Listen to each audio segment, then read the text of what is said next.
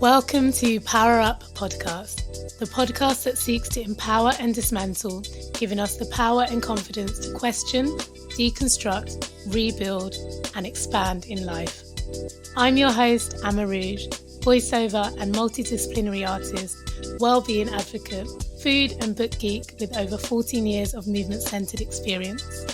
I am your host, Mesma, artist, choreographer, yogi and coach with a passion for alchemy, creativity, transformation and workplace wellness. We recognise that we can't dismantle and empower or be empowered without first learning ourselves, diving deeper to unlearn the harmful, restrictive and unprogressive. It's an ongoing practice and journey for us all, which is why we created this podcast. Our show features guests doing the work to enlighten, deconstruct and power up in their own magical ways.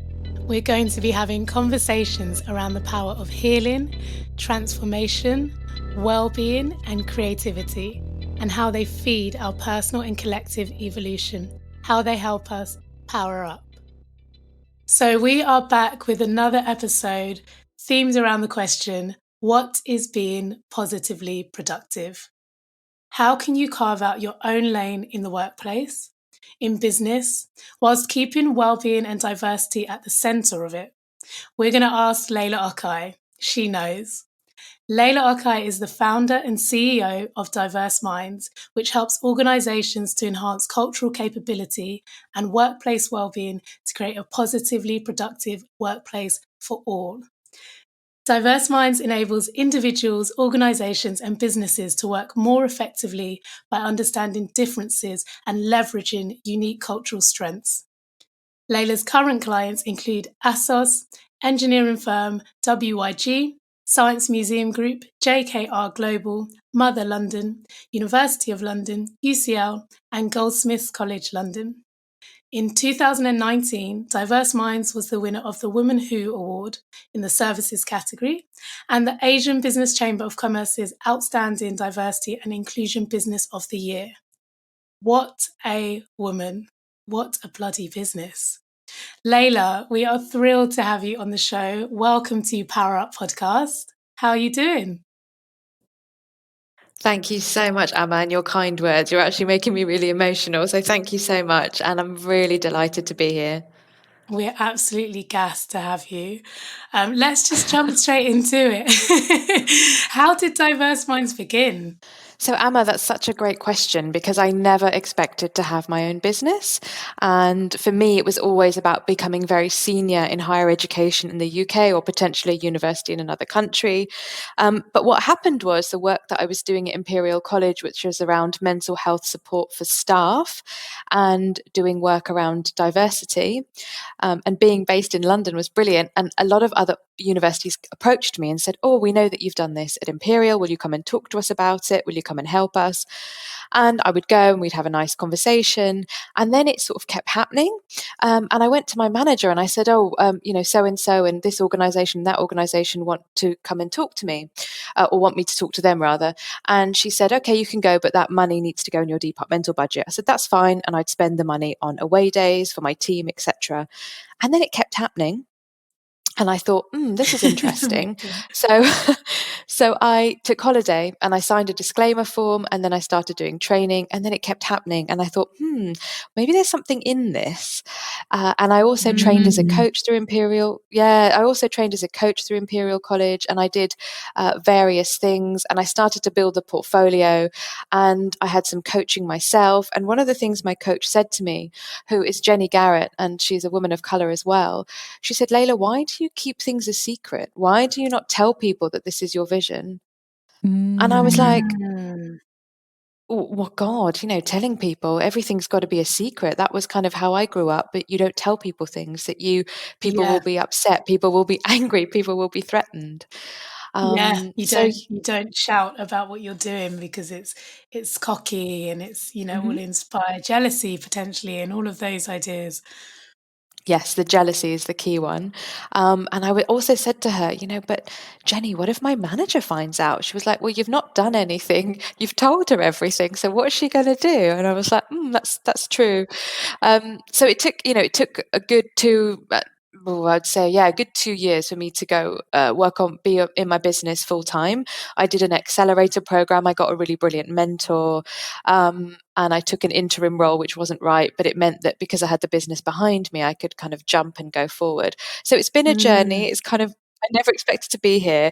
I think another thing that fascinates me is that my family, kind of my grandparents and also my great grandparents, had all some kind of business, not huge businesses, not necessarily business like, big corporations, but one side of my family are textile block printers, or they were.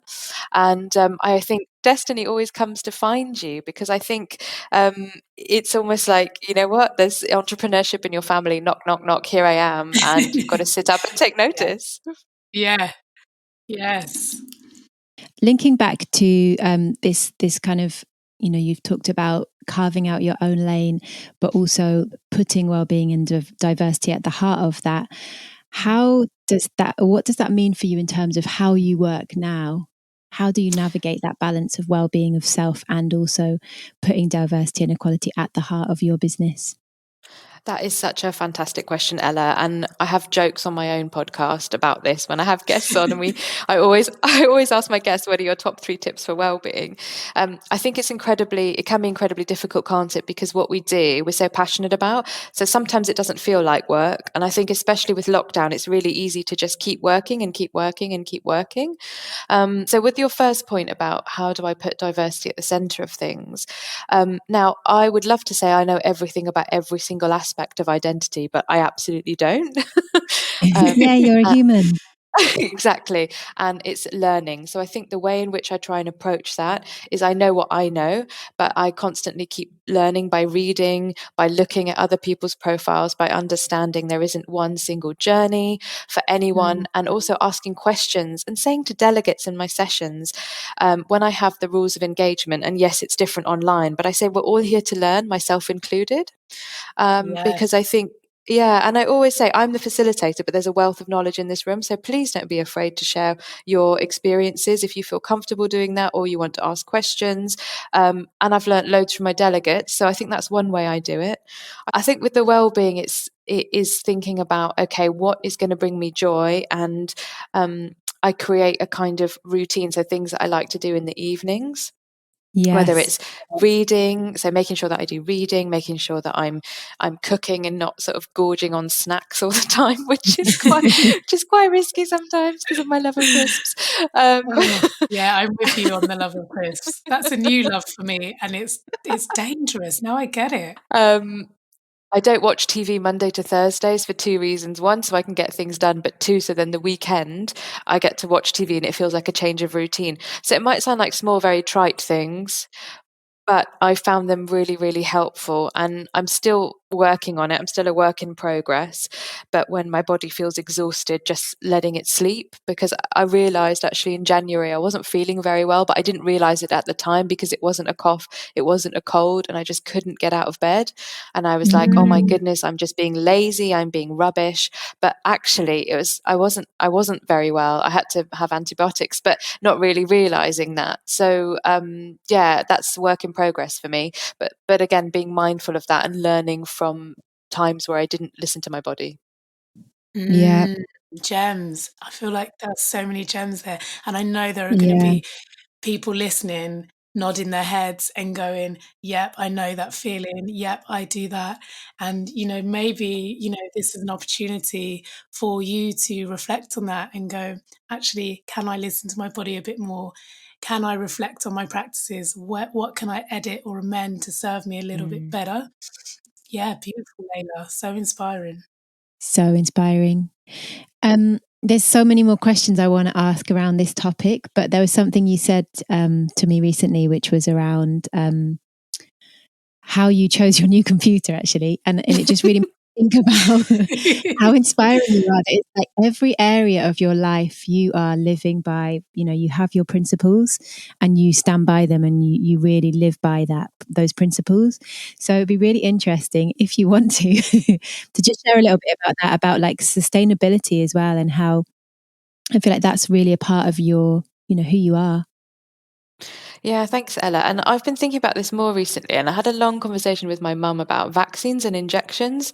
So my mum grew up in Malawi, and I'm not going to come out with some African sob story here because it wasn't. They had a lovely life, but I think what's interesting is I said to mum, I can't. She's like the most pro-vaccine person you could ever meet. Like she signed up for every clinical trial. She is on it. She desperately wants the vaccine.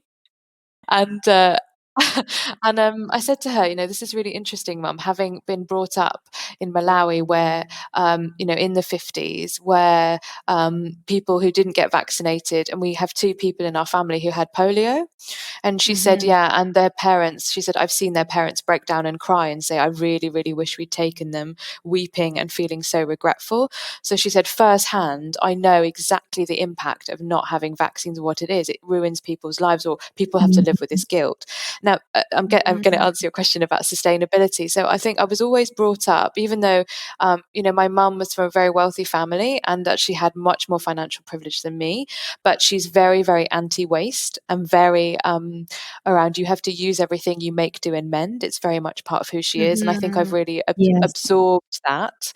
And recycling's always been something that we've done in my house, etc. Now, those might sound like very small things, but going back to the computer, I think I said to you, Ella, didn't I, that I've got this office. I'm really lucky. And I thought, you know what, I'm going to get myself a nice desktop and really treat myself, because I'm always doing online training. And I had a look on the Good Shopping Guide and the Ethical Shopping Guide to see which computer was more sustainable and more ethical than others, knowing that I'm going to have this computer. Well, I want to have this computer for a long time. Is it easy to fix? Could I find someone to fix it, etc.? Because I think there is so much waste, and we don't need to waste, do we? And if we about our phones, we think about, where does the cobalt come from? It comes from mines in DRC, potentially. People suffer. Why does it have to be like that? So we have to, these are precious elements that someone has mined for us that they haven't probably been treated very well for. So what are the ways in which we're going to respect these objects? And it's not about, I have the latest thing. But, I will do things like, when you get lots of packages at the moment, there's lots of brown paper. I've just been saving it and been using it as flip chart in my office, because I'm like, well, why not? Leyla. It's so true. It's like we just throw it. I think there's also a balance of I'm saying that because I've been observing someone hoarding stuff, and I'm like, I think there's also a balance of when do you need stuff, and when is it time to also give things away. But there's always a use for everything, isn't there? We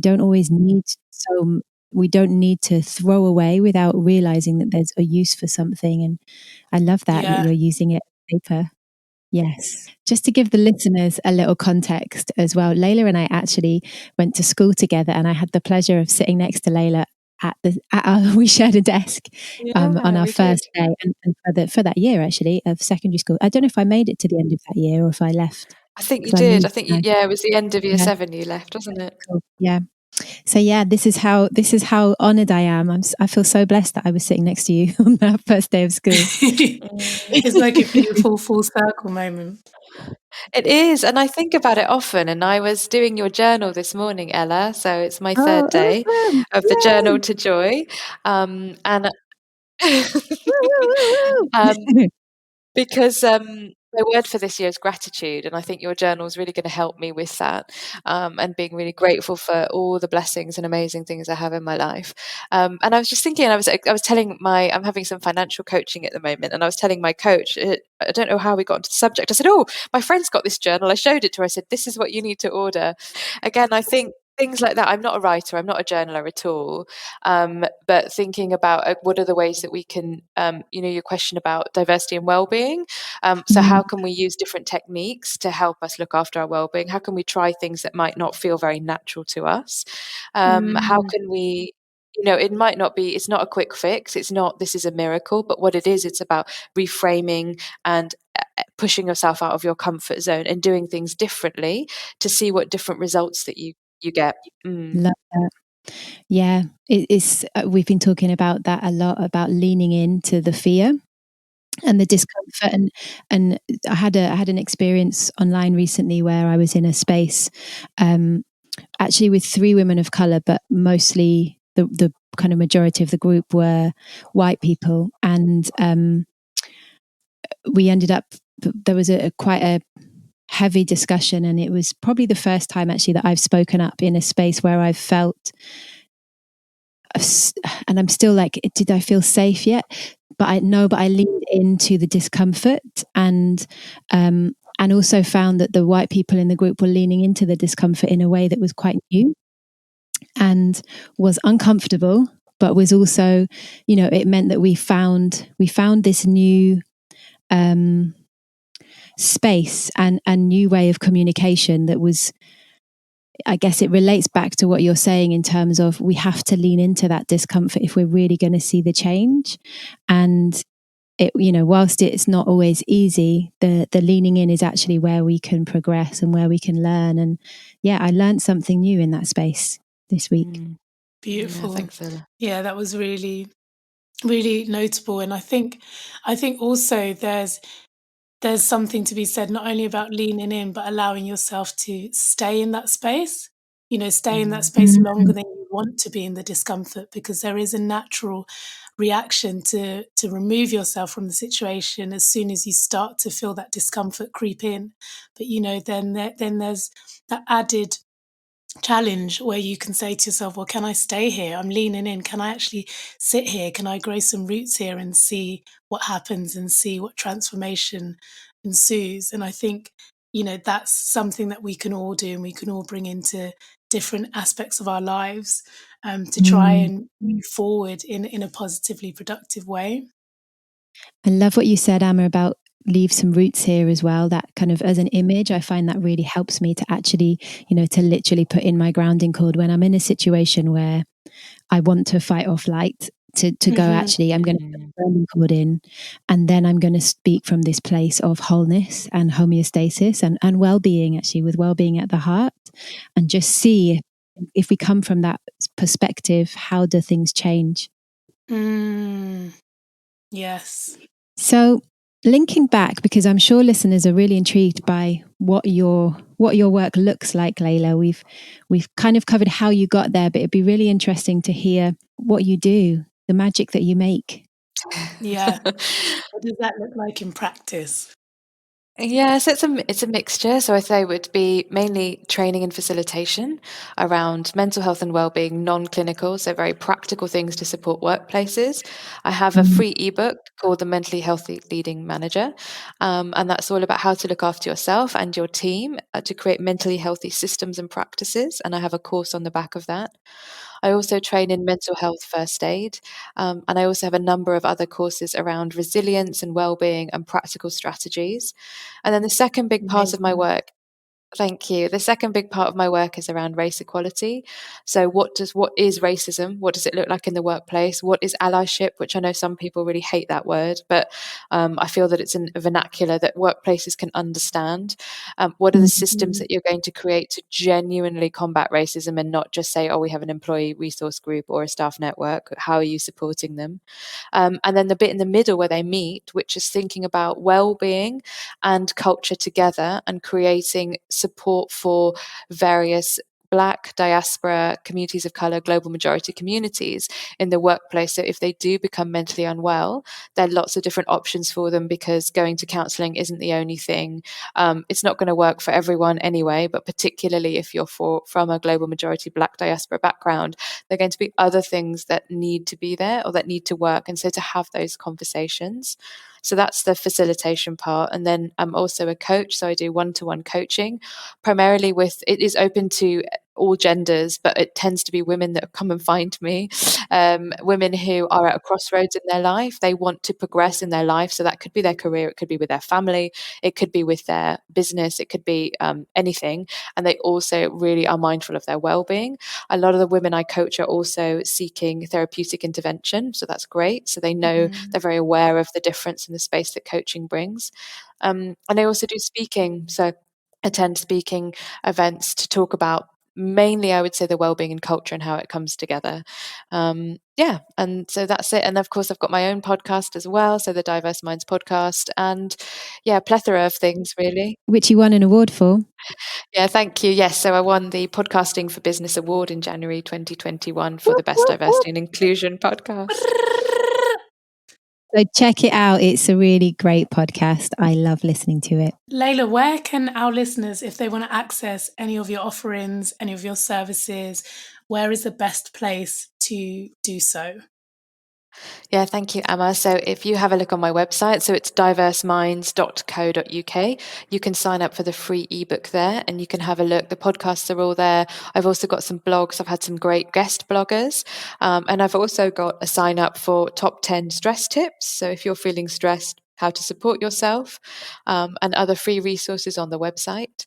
And you can find me on Facebook. It's at Diverse Minds UK, and my Twitter handle is at Diverse Minds UK, and on LinkedIn as well. Beautiful. We're going to link all of that in the show notes for you guys, of course, as always. Can we ask one more question before we go? I would love to know, linking back to kind of how you're navigating these different spaces, and how you've really carved your own path. If there's anything that you think might help other businesses, other individuals to achieve a business like yours, or to really live that, the way you do that is so much in line with who you are and in line with your values. Do you have any tips for us and for our listeners? Yeah, so my first tip, Ella, is to both of you is to keep doing what you're doing because it's really, really needed and it's a really important space and it's led with your heart.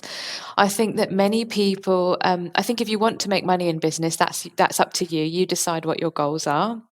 But I think if you just create a business for the sake of creating a business and say, oh, I'm going to be a millionaire in 12 months, you might do it. I don't want to do anyone a disservice. But I think for me, it's more about what problem can I solve? That could be anything. So we all have lots of problems, small to big. And what is your passion in solving someone's problem and in helping someone and getting your message out there? So maybe it's a podcast platform to make podcasting easier for people. That solves a problem for a lot of us. It helps people amplify their message. It could be a particular food that brings people joy. And I think that's the thing for me. It's what's your passion, what's driving you, because I think if you follow that and and we've talked about intuition a lot, I think in the past, you follow your intuition, you follow your gut, you will be guided in the right way. And I think the money comes afterwards.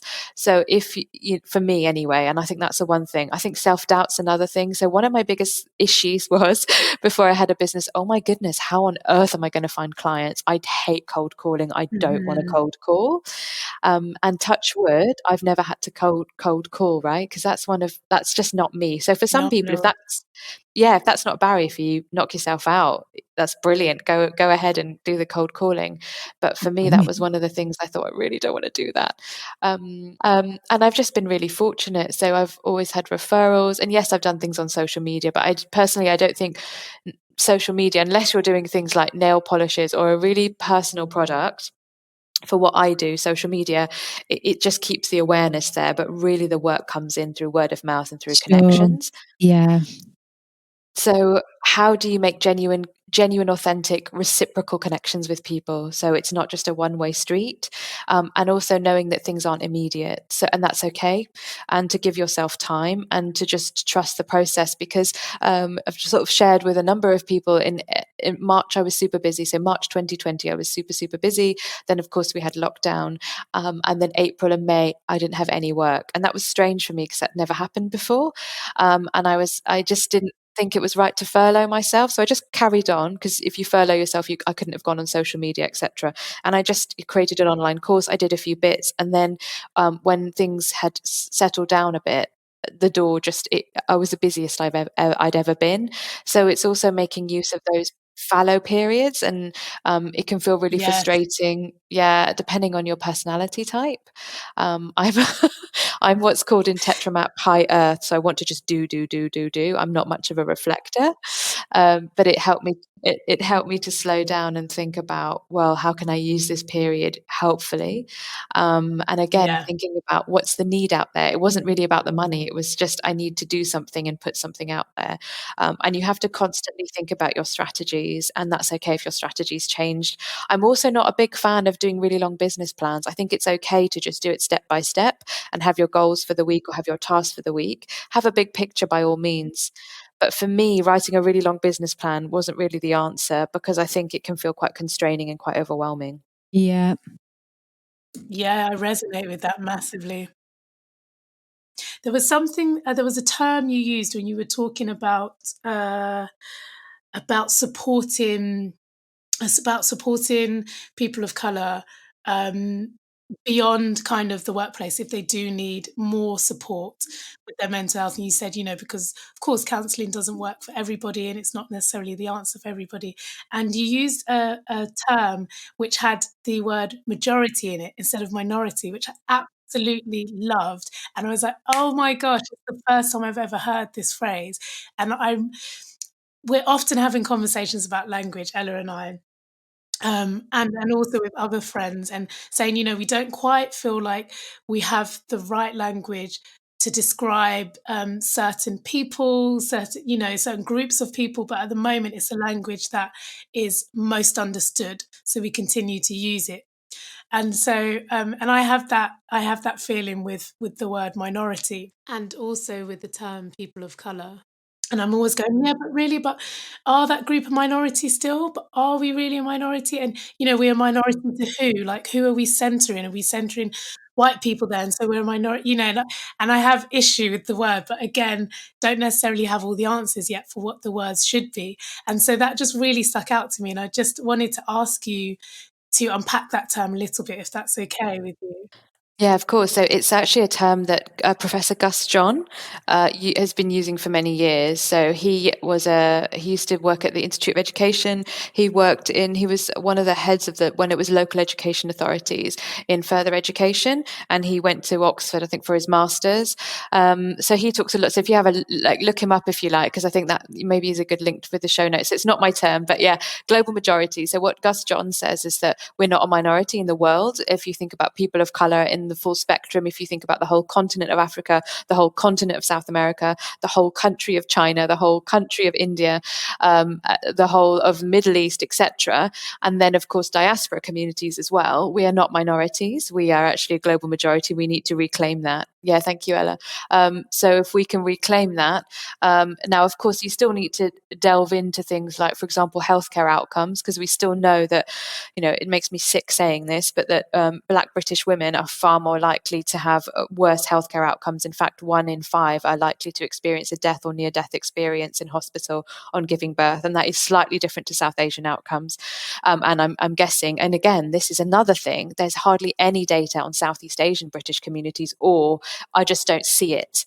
So, for example, Southeast Asian domestic violence services in Mandarin, Cantonese, and many other of the languages that pertain to China, I don't know where they are, and they're really difficult to find. So we have got differences, but I think framing it in that majority mindset, for me, is really helpful. Yes. Yes. Wow. Thank you, Leyla. This has been really interesting, Leyla, and if you would be up for it, we would love to bring you back and just have a further conversation around terms. Yeah, brilliant. And let's see what the time brings, because I know as we go on, these terms are going to change again and shift. So it'd be great to have that conversation. Wonderful. Wicked. Thank you for all your wisdom. Thank you so much for listening and for having me on and being so lovely to me. Thank you so much, Amma and Ella. It's been an absolute pleasure and joy and a great way to spend my Wednesday morning. We will be back next week with more magic. Thank you, Leyla. Thank you, Leyla. Thank you, Ella. Thank you, Amma. Bye. Thank you for listening. You can connect to us and our guests via the links in each episode's show notes. Before you go, we invite you to hit the subscribe button so you don't miss out on any of the goodness to come. And if you enjoyed today, perhaps tell a friend to tell a friend. We are always grateful for you, our listeners, for our fabulous guests, and to everyone who has contributed to and been a part of our journey here. Our music is by Tomo Carter. Everything else is brought to you by us, the PowerUp Power Team. I'm Mesma. I am AmaRouge. And we are PowerUp Podcast.